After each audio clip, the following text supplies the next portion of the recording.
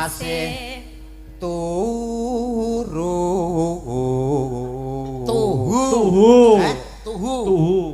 terus entek wong terus turu Pindho mimi lan mie goreng ya Pindho mimi hamimi Mintuna terus mimi mintuna ya cik butuh mimi ayo nimas bareng ana tepi wajib.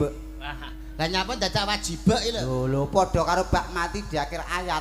Jenenge Kolkolah kubro. dadi nek wajib nek senep nek Pak Asob nyidam terus itu asih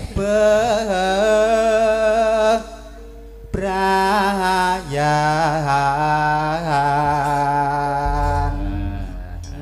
luar biasa. Napa niki lajengane Ben dikancani ya Mbak niki. Nggih dipun kancani. Heeh, sama Mbak Ingkar ya kena. Mbak Ingkar. Ya. Lah. Astabrata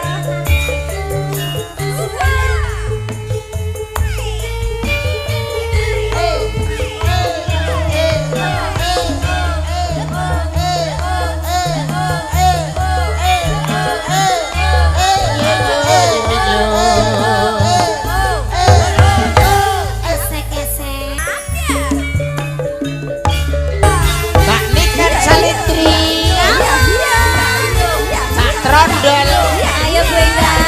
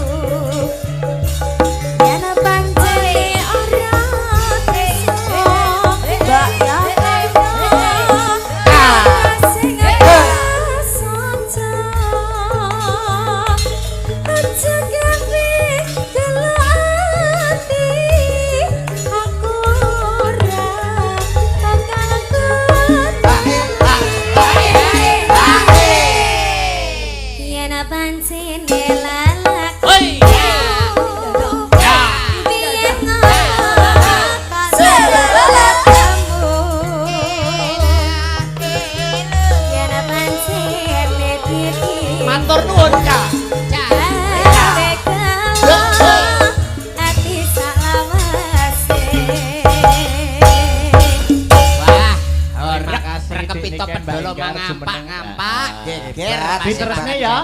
Siap. Iki piye Om? Sudah aku. Sudah.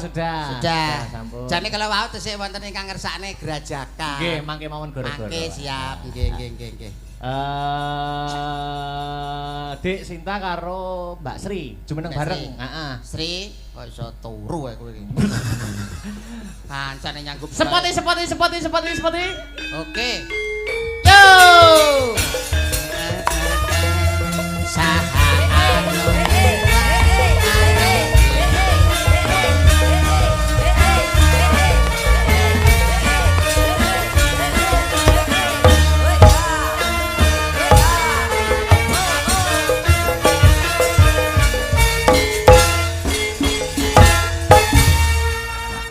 Ki mawon apa mundutan? Napa Mas? Sik lali aku. HP ini Mas. Alah aja. Modus. Tenan apa mundutan mau lumakar WA. Pokoknya saking bapak sapa mau kene to. Heeh. Cup.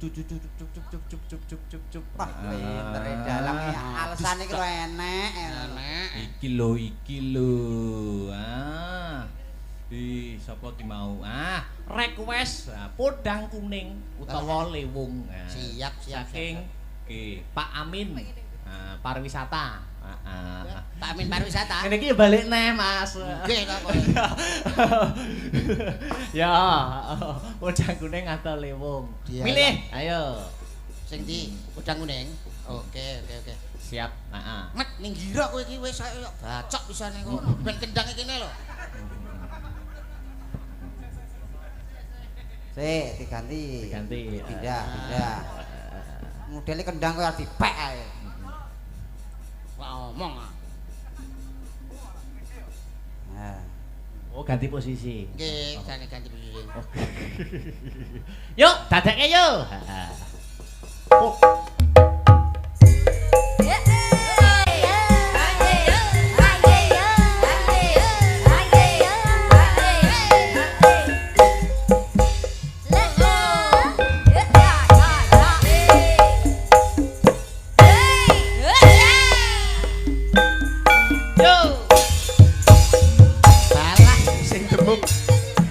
Sing tembung.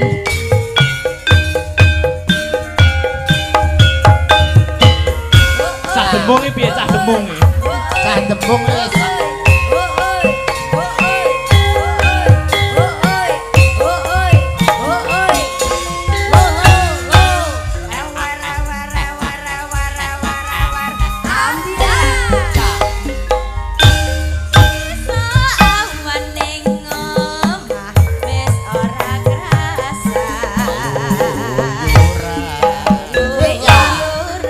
Anggoleki sing tak sayang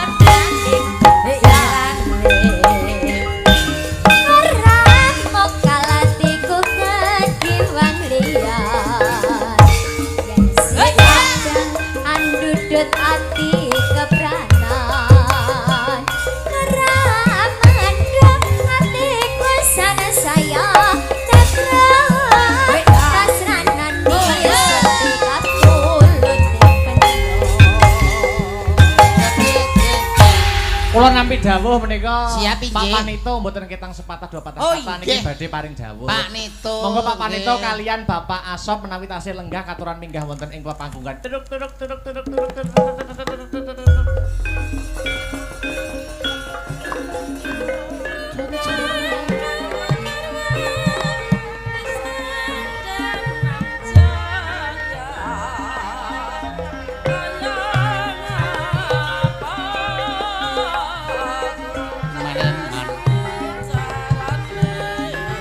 Timun sigarane.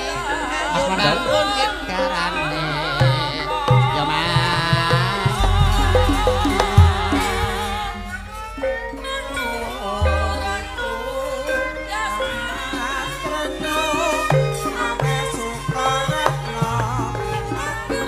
Monggo. Panito Pak Asop.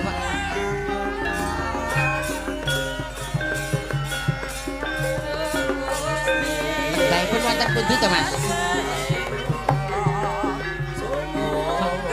Oh sampun kunjur.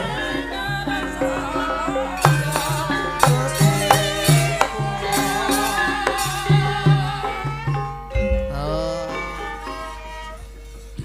Teng wingking mbok menawi. Oh nggih, mboten napa-napa. Nggih. Dilanjut mawon nggih. Siap. Sinten? Mbak Dwi no sing durung jumeneng ya. Mbak Dwi. Sepotone ta? Yo.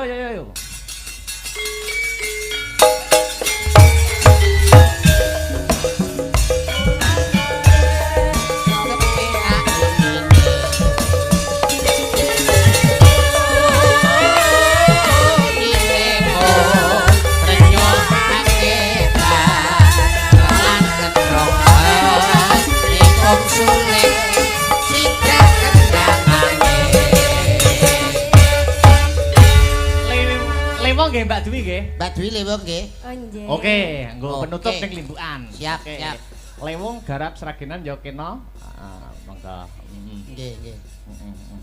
Monggo perkara lagu liyane tutukne gara-gara. Nggih. Mas Karis ning guriku kene cah bagus. Mas Karis. Yuk lewung dadekke.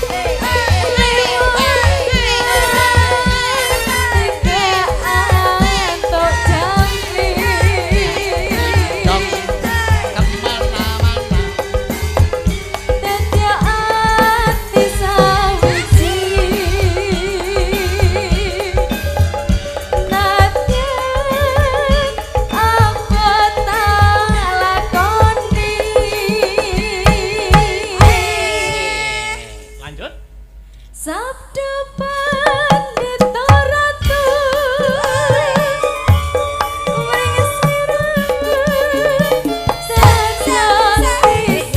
Suwok Mas Arya. Mugi Gusti nglilani tresnaku bakal ginawa mati. Mas Yuda. Dawuh. Sampun sawetawis anggenipun paring lelipur. Nggih. Ingkang baku jenengan ndonga napa kagem ulang tahun SMA Negeri 1 Nganjuk menika. Mugi kawlujengan kan keterman lan kabahagiaan tansah kajiwa kasarira sedaya para guru, kepala sekolah lan Amin. jajaran Amin. wonten ing SMA 1 Nganjuk. Amin. Mugi tansah kuncara hanjayeng bawana jaya sepanjang masa. Mas Mandal ndonga napa? Sematen ugi mugi sedaya murid-murid wonten ing SMA 1 Nganjuk Nggih. mudah-mudahan menjadi generasi yang sangat hebat untuk Nganjuk. Amin. Nah, tuku tahun yang Kediri bila ada waktu kita bertemu kembali Mas nggih. Siap inggih. Sewang-sewangan lagu. Nutuk nelakan. Cawe sesaji kareng Kang Sinuwun. Ayo tak derekke no. Simpang Limaria lapangan Pancasila Semarang kumandang pranyata serbaguna swasana rame rakyat gede ati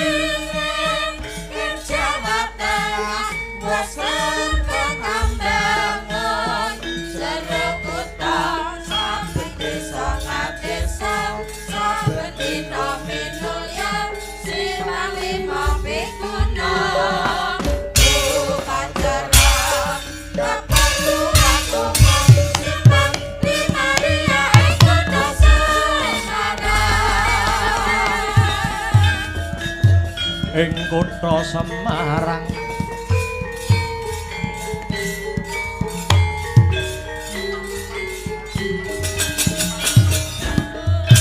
Kowe aja sumelang tresnanku ora bakal ilang ibarat kaya kotaku Jogja semasa istimewa Oke. ibarat kaya kotaku Jogja semasa istimewa Alhamdulillah wa syukurillah malam yang berbahagia ini bisa kembali bersama dengan Mas Akbar. Alhamdulillah Mas Yudo. Wah, ada pantun untuk semasa pantunnya Nganjuk. nopo Mas? Tuku kayu neng Jakarta numpak kereta. Heeh. Dirgahayu semasa Nganjuk yang ke-43 semoga jaya sepanjang masa. Amin. Luar biasa. Hebat. Mantap. Semasa Nganjuk itu ternyata menjadi sekolah yang hebat luar biasa. Leres Mas. Lahir dari semasa satu Nganjuk tokoh-tokoh yang hebat. Nggih. Kadosta panjenengan Nggih. alumni semasa Nganjuk. Nggih, leres. Panjenenganipun Pak Ketua DPR Nganjuk, Pak Nggih. Tatit. Nggih, Pak Tatit. nggih. Menika nggih alumni sini. Oh, nggih. Pak Kolonel Waris Ari Cahyono, Nggih. asli alumni sini. Oh, Lho. hebat. Pak Nito, Pak Eksindo, Panito, nggih, Eksindo 57. asli dari sini. Maka dari itu semasa Nganjuk menelurkan generasi yang hebat dan berkualitas. Tepuk tangan untuk semasa. Amin, luar Wah, biasa. sampean alumni mriki nggih? Nggih, 2019 lulus. Jurusan bahasa ta? Leres riyen wonten jurusan bahasa saat niki mboten wonten. Siswane jumlahe 20. Nggih, 26. Halah pacarmu cang ngluyu. Aja ngedu. Alah. Mau lagi Apal didongane aku modele. Alah Mau apal. didongane harmonis. Model-model kaya sampean iki Aja apal. ngedu ngobak-ngobak banyu bening. Kula mboten ngobak-ngobak banyu bening karena ada pepatah. Kisah atau masa-masa paling indah itu adalah masa-masa di SMA. Yang lalu biarlah berlalu. Kita Nggak sambut bisa. masa depan yang Nggak cerah. bisa. Cinta pertama bagi wanita akan dikenang sepanjang masa. Ora iso. Cinta pertama bagi pria adalah pelajaran berikutnya. Kayak sampeyan niku. Loh, pelajaran kan yang lalu, justru yang lalu, yang sekarang ditempuh harus yang dibuat Ngomong pelajaran. sapa? Iki Oh. mawang Elsa WA karo aku. Sopo? Alah iki malah WA karo aku sing dalang Mas Akbar WA ning sampean nek ora percaya buka HP-ne sampean. Ora enek. Ora enek tulisane ngene, cemungut ya sayang. Alah, Aja ngobak-ngobak banyu bening. Ora enek mbok ceken HP ku ora enek. alah hafal lah kok sing lanang ya WA karo Mbak Elsa. Mas Akbar WA lah kok ngene, marah topean. Lambene. Alah, Iki lho sapa sing mbok jak? iki lho? Sinten? Iki. Lah niki pesenane Pak Asop. Heeh. Kon gawane dagelan menungso rai naga. Lah niki. Mosok raine wong kaya gayor gong kae. Lah niki pesenanipun SMA 1 Nganjuk nek mboten niki mboten ya Mas. Oh nek boten niki luwung rawayangan. Luwung rawayangan. Kon Kon gawane dagelan sing rupane kaya takir plontang. Kene lho maju kene wis bocah diwedhaki malah ketok kelawu. Wong iki dandani mbok ya kaya Mas Akbar Nah. nyayeni gagah. Aku ya ganteng wedakan rembet-rembet ketok sumunar. Wis awake ireng wedakan putih. Rupane malah kaya galengan. Iki jane rai apa ndut iki. bahaya jumri. Ngomong apa kono lho, wong kok iso meneng ae, duwe ide-ide apa, ngomong-ngomong apa. Gagasan apa-apa. Angger tanggapan kok gak tau seneng to, Mas. Napa nggih to? Mosok enek menungso raine kok mlumpuk ngono kuwi. Rai mecer-mecer ditotoli pitik. Rai mecer-mecer dodole pitik ngomong. Ngomong apa ngono lho. Ngomong apa? Piye to ki? Wong iki ditanggap kok. Kan awake dhewe nek SMA 1 dalam rangka HUT yang ke-43. Paham HUT apa ora? Paham. HUT apa? Hut. Sik wong ngomong angel men. ketok ya. HUT. Lah iya. Apa? Hut. Kepanjangane Hut. Ngene kok ora kon napuk lambene iki lho. Sing tak karepne iki hane apa, une apa, tene apa. Lah kuwi lho. H U T. H Hari, U ulang, T tahun, berarti H U T hut, kepanjangane. Wong cengengesan iki lho, suwaning semasa satu nganjuk paling tidak awakmu ado-ado saka Ngawi. Apa yang akan kamu berikan sumbangsih apa sing arep mbok wenekno ning gone SMA satu nganjuk? Arep menehi apa? ngawur kene kok ngawir ini arep golek malah kon ngewehi. Piye to ki? Piye to iki jane? Kowe iki kan saka Ngawi. Ya. Ditimbali sowan ning kene dalam rangka HUT ke-43. Ya. Awakmu arep menehi apa? Lho, aku ora ngewehi wong aku rene iki arep golek. Maksudnya penontonnya kalau ben piye ini lho? Ya ben ngono ae. Lho. Ki piye to ki? Ya Allah, Gusti kok angel mentok dijak Angel jak omong angel. SMA satu nganjuk di tahun yang ke-43. Heeh. Kuwi supaya sekolah iki ben maju lho dikapakne. Disurung. Wah, sampean anu ya Mas niki. Enten anu kabel-kabel lecet enten ta? Buku apa, Mas? Nyetrum cangkeme niki lho. Dijak omongan kok iso penjenengane Pak Muhammad Asop. Ya. Minangka kepala sekolah SMA 1 Ngawi. Nganjuk. Nganjuk. Lah yo nganjuk. Nganjuk. Maksudnya niki Mas Mendol saking Ngawi. Lah niki teng SMA 1 nganjuk. Betul. Kuwi Pak Muhammad Asop kuwi kowe wis pirsa ta piyayine? Yo wis to. Wene ana nggon. Nggon wis sakmono mbane mosok cek kurang. Lungguhne ngene lho. Lho, apa stroke ora iso lungguh. Tak tuapuk bosok beh wong kok iso. Maksudnya kaya Mas Akbar ada visi misi ke depan. Nuwun sewu lho. Mas Akbar. Sinten to Mas Mondel sejatinipun? Nggih. Sampean paling umpama dalang ngarep sebutane kan Ki Akbar. Kula dagelan Cak paling niku. Lah niki niku wingking titele RM. Loh, aku yo enek RM-e, Mas. Loh, niki RM jenis Raden Mas lho. Loh, sinten? Remukan menungso. Jadi tapi nek masalah studi, masalah sivitas akademika nggak mau kalah. Mergo iki ning SMA pengen nunjukkan gitu, Mas. Iya, sampean S1, S1, SN, SSN, sarjana seni. Saya SPD sarjana pendidikan. Ini belakangnya IR. Loh, insinyur. Idrokok. Jadi Sales, Mas. tapi jangan dipandang wong niku jalma limpat seprapat tamat. Giri lusi jalma tan kena kinira. Masya to elek rupane, masya to kaya tunggak diudeng-udengi. Tapi beliau itu mempunyai kemampuan, mempunyai kepandaian, mempunyai skill yang hebat. Mbok dipamerne to, Mas. Ngene lho, maju kene lho. Maju. Gagasan HUT yang ke-43, 4 dan 3. 4 itu adalah 4 mata angin, arah mata angin timur, selatan, barat, dan utara. 3 itu adalah tujuannya, hidup dengan ilmu akan mudah, hidup dengan seni akan indah, hidup dengan agama akan barokah dan terarah. Paham ora kowe? Gak. Maksudnya awakmu ki arep menehi apa supaya SMA niki maju ki lho. Jarine nek konsepe nek resepe apa kae jare kudis apa-apa kae. Lah nek kuwi ya jelas to kowe. Jelas piye?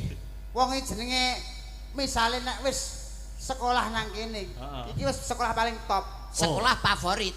Favorit. Kok bisa sekolah favorit? Lah iya nek wis lulus kok kene, nek wis pengen nyambut gawe.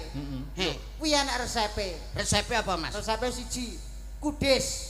Oh, terus? 2 kurap. 3 kutil. Papat Kuman. Kok penyakitmu kabeh mbok omongne iki lho. Lho, masih penyakitku tak omongno. Kuwi kabeh enek artine. Nuwun sewu. Kersane masyarakat paham sinten to Mas Mondel sejatinipun nuwun sewu blangkone dicopot ben roh kabeh. Lah dalah. Sirah mboten sembarang sirah. Lho ibu-ibu ngrasani jare. Dagelan sitoke kaya ndase kaya lato-lato ngono. Ngenyek. Aja kaya ngono, Bu. Aja kaya ngono, Bu. Iki dudu lato-lato. Iki dudu lato-lato. Iki ngono bakso beranak. Lho, ngawur e. Lah apa? Tahu bulat. Kudis, kurap, kutil karo Kuman. Kuman. Apakah artinya itu? Kudis Apa kuwi? kudu disiplin. Edan. Masuk dadi sekolah ning kene, dadi siswa ning kene kudu disiplin. Misalkan masuk kok jam 7. Lah, setengah 7 harus standby. Wah, kok yang ngerti standby Lah barang. iya kok yo ngerti bahasa standby barang. Jadi kudus artinya Kudu disiplin. yang kedua Kurap artinya kurap. kudu rapi.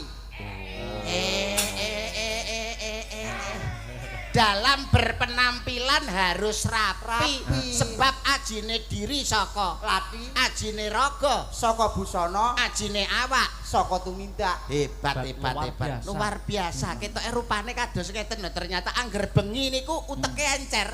Saking encere ndek esuk metu kok kuping barang ngene. Kayak kopok. Mbok genahne lho. Kudis, kurap. Yang ketiga Kutil. iki lho apa lho iki kok iso Maksudnya kutil maksude. Maksude iki lho. Kutil maksude Kudu teliti. artinya kudu teliti. Dadi yang nyambut gawe apa iki aja mung sembarangan, kudu diteliti dhisik. Oh. Apa sing kurang, Nah. apa sing kliwat, aja nganti salah. Hebat jalma limpat seprapat Seprapat tamat. Batok bolu isi ndut kowe. Madu. Lah ya madune ceblok ning dundutan terus tak resiki malah dadi gilap apik ngono kok. Oh, jebul ya. Nesunan. Padha kerene jebul. Kudis, kurap apa mau kutil. Kutil. Yang terakhir Kuman, apakah artinya kuman? kudu iman. Dadi wong iki ora kudu duwe iman, misale dadi pejabat ora mungkin arek wani korupsi. Sebab duweni duwe iman. kok pemikirannya kok ya landep ternyata. nggih. Mas yo to rupane kaya katembat. Nggih. Iki kok iso Katembat sakmene kupinge sepiro. kok ya duwe kemampuan tapi nggih nuwun sewu nek diibarat nih Mas Mondol kalih kula panjenengan. Nggih. Jauh Mas, jauh panggang daripada api, bumi antarane langit. Secara SDM, secara kemampuan dan secara skill, Mas Mondol enggak mendukung, Mas. Ilmunya rendah. Nek kon ngimbangi awak-awake dhewe, Ndak mampu dong Mas Mondol niku nek cara nyambut gawe. Niku cara neng kene ya, cara satpam. Niku kaya paidi mbiyen lho lolak-lolok ngene. oh, Paidi. Nggih. SDM-nya enggak nutut. Oh. Nek nyambut gawe dengan akal gak iso sing dindelne akale. Oh. Dengan otak gak iso sing dindelne otote. Mulane kaya Mas Mondol, nuwun sewu Mas. Nggih. Niki cara nyambut gawe, cara kerja. Niku pol-pole dadi tukang titik watu. Wah, iki lho. Kowe iki Sorry. Sorry apa, kowe iki nyambut gawe mentok titik watu. Loh, Munggah wis gak iso. Ngenyek iki. Kok iso ngenyek? Mas yo rupa kaya ngene iki yo duwe cita-cita, Lah Mas. ya cita-citamu titik watu. Lho, sorry ngenyek iki. Apa? Lho, minimal ki yo aku duwe cita-cita lurah lah. Apa? Lurah. Lurah iki. Titik watu. Lurah. Lurah apa wong iki RT maratuwane mau milih lho kok iso. Lho, Kowe iki titik watu. titik watu. Lurah.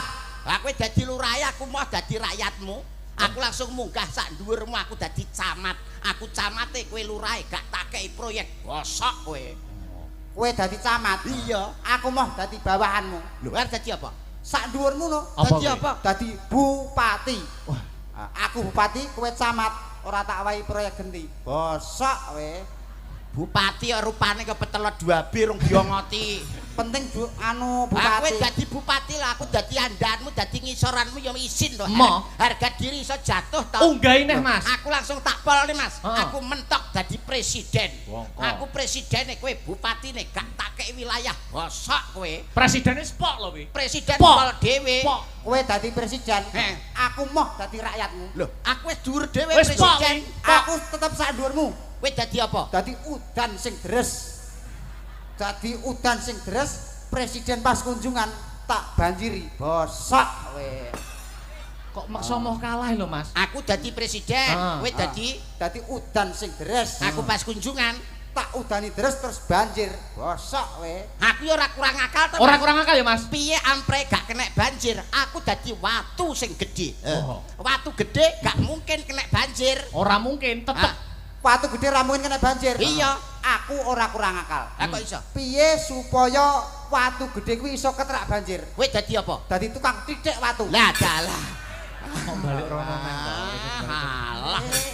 ngarep endang muni titik bar lho nyapun dadak presiden tekan lurah tekan camat barang wong kok iso wong ki mbok dijumbuhne karo kabisanmu apa wae ki dijumbuhne karo apa isamu iki mumpung sowane nganjuk apa sing arep mbok pamerne ana Mbak Niken ana sinden sakmene mbiyane iki manfaatkan oh dimanfaatne iki iya ta milih sing ndi kowe awas kowe nek kleru milih biacok kowe paling ora ya ditili dhisik oh milih sing iki iki kowe tak kapuk to kok iso malah sing sinden sepuh sinden senior khusus iki wayahe laler mengeng dah sing iki ae lho kok iso sing ndi mau pilih sik kita ini paling ora yo iki lah heeh oh gak iki gak iki ana sing duwe nyapa lho tapi mboten napa-napa oh bebas panggung itu milik umum panggung itu milik umum di bawah boleh menjadi pacaran tapi kalau di atas panggung milik umum monggo bapak-bapak ingkang badhe ngumumi monggo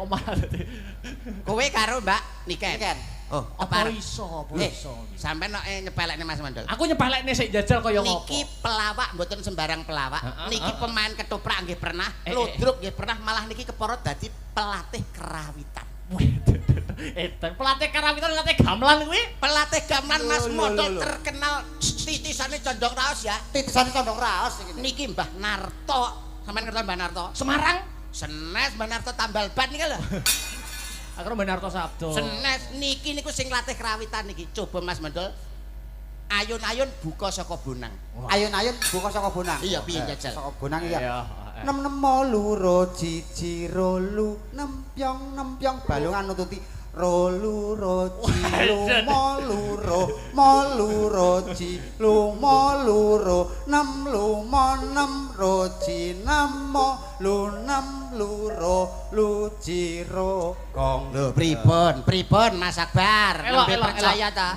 pelatih kerawitan ayun-ayun buka saka bonang piye Mas mau 6 luro jiji rolu nempyong wah kuwi nek ayun-ayun saiki nek jajal misalkan gambir sawit gambir sawit iki saka bonang Mas bukane saka bonang piye Mas 6 luro jiji rolu nempyong lho kaya meh padha to Mas pancen gamelan iki meh mirip-mirip ngono oh iya pamane Ketawang Suba Kastawa ya saka bonang piye Mas 6 luro jiji rolu nempyong Ibu Pertiwi Ketawang. Ibu Pertiwi saka bonang. Piye, Mas?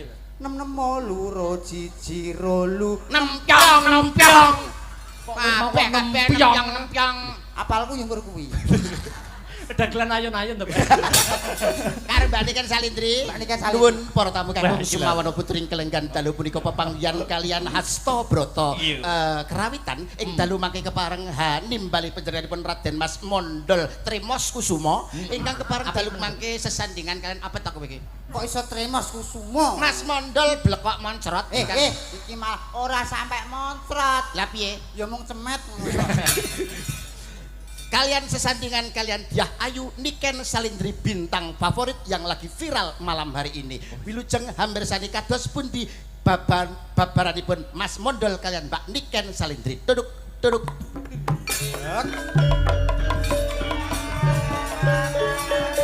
Cari bandung randan kalapa